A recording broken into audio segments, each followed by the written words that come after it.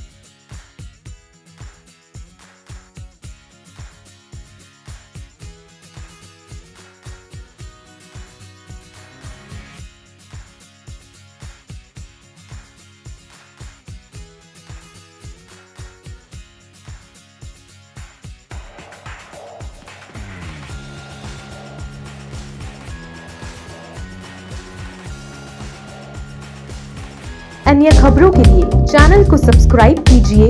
खबरों का नोटिफिकेशन पाने के लिए बेल आइकॉन को जरूर दबाएं।